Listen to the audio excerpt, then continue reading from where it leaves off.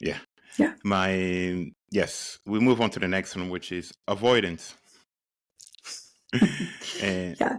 sounds obvious, but what does it mean and how does it look like? So avoidance can look a lot of different ways. So let me start with what it really kind of means. Avoidance is a way that we kind of defer or detour, in a sense, particular things or feelings or Mm. ideas. So if somebody, for example, asks how you're doing when you come home from school and you change the subject, or you're in a group of people and there's a conversation that comes up and you find yourself just deciding to go to the bathroom or something like that. Again, it's not necessarily conscious decisions like, oh, I don't want to be a part of this conversation. It's too hard for me.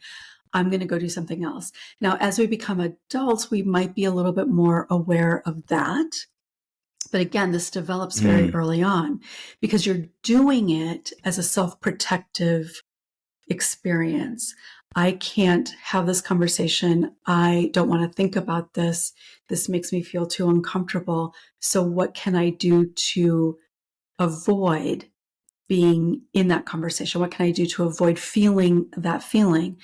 Avoidance is Mm. where addiction comes in, where humor, a lot of people use humor as a way to avoid feeling certain things. Mm. So avoidance can look a lot of different ways. Having that glass of wine when you come home from a stressful day, or that beer, that can be a form of avoidance because maybe you're feeling stress, and instead of being intentional and kind of connecting within, you go to something that just kind of helps you escape, in a sense. Mm. So avoidance and Mm. escapism kind of can go along together there a little bit. But it can also be things like, okay, well, I know I need to, for example, like, okay, I know I should journal right now. Somebody might say, like, okay, I know journaling would probably help me right now, but I just have Mm. too many other things to do, right? So instead of doing that thing because it might feel a little uncomfortable, it might bring up some things that they don't want to deal with, they go and do those other things instead. But they're not thinking, oh, I want to avoid doing this. They're like, that discomfort kind of comes up and suddenly, oh, wait, I need to do this. I'll do this after I'm done with that. But then they don't Mm. end up Mm. coming back to it. No, you never do. No. 2 days later, like, yeah, I should have done that. Yeah. Yeah. Yeah. So in say a group situation, say I'm out and my friends are talking about something, and I might feel uncomfortable and just do something without actually knowing that it's not like I'm avoiding the conversation. It's just something within me feels uncomfortable, so I'm just gonna go to the bar, for example. Yeah. And that is, and if you are conscious of it, it can still be a coping mechanism for sure. Um, but where it tends to be problematic is when you're not aware that you're doing it. Now, I would actually say, Okay. like, if you are out with friends and there's a conversation that you just don't want to be a part of, it just feels uncomfortable, it's going to be triggering to you.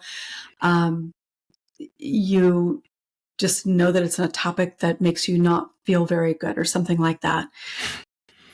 Making the choice to go, like, I'm going to remove myself from this so that I don't end up feeling that can still be avoidance, but it's not necessarily something that you need to change. Does that make sense? Mm. Now, depending on the Mm. circumstance, it might be something to work on changing because maybe you end up not being a part of important conversations, like making choices about what you're going to be Mm. doing or something like that. So there may be something there that might be important to work on. But I also think that there are times that removing yourself when there's something that is going to be difficult for you can actually be a healthy choice. The difference is that you're Yeah. consciously choosing that thing.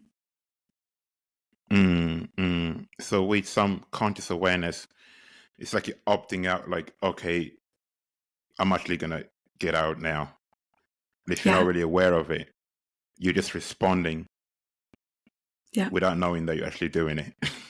Right. And that is where the problem, kind of the problematic patterns arise, is when we're doing these things without really any awareness that we're doing them, because from that place, it often ends up creating an aspect of difficulty in our lives.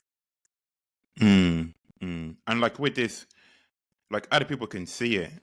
Like if I'm avoiding a situation, other people can see it and they'll say you're avoiding it, but I'm gonna be like, no, I'm not. A lot of times people can, absolutely. And kind of a little bit of a side note here, because this isn't specifically about coping mechanisms, but what can happen quite often. So somebody might be avoiding unconsciously. This happens a lot in relationships. Somebody might be avoiding something unconsciously, and the other person experiences that as disinterest, not caring, um, not Mm, not yeah. recognizing, what's happening for this person in that moment. And it doesn't make one person right or wrong, but that person, like if they want to have a conversation about their relationship, for example, so let's talk about a partnership, a romantic relationship. Mm, One person wants to have a conversation about their relationship, but the other person feels worried that that person's going to, criticize them. They might avoid it. Like, oh no, I can't right now. I need to go do this. Well, this mm, person is going to feel like, I'm trying to talk to you about our relationship and you don't even care. So that is one of the mm. biggest reasons that recognizing our coping mechanisms and how they show up in our lives is incredibly important, because it can have an impact on the Yeah, relationships that we have in our lives. totally. Yeah, totally.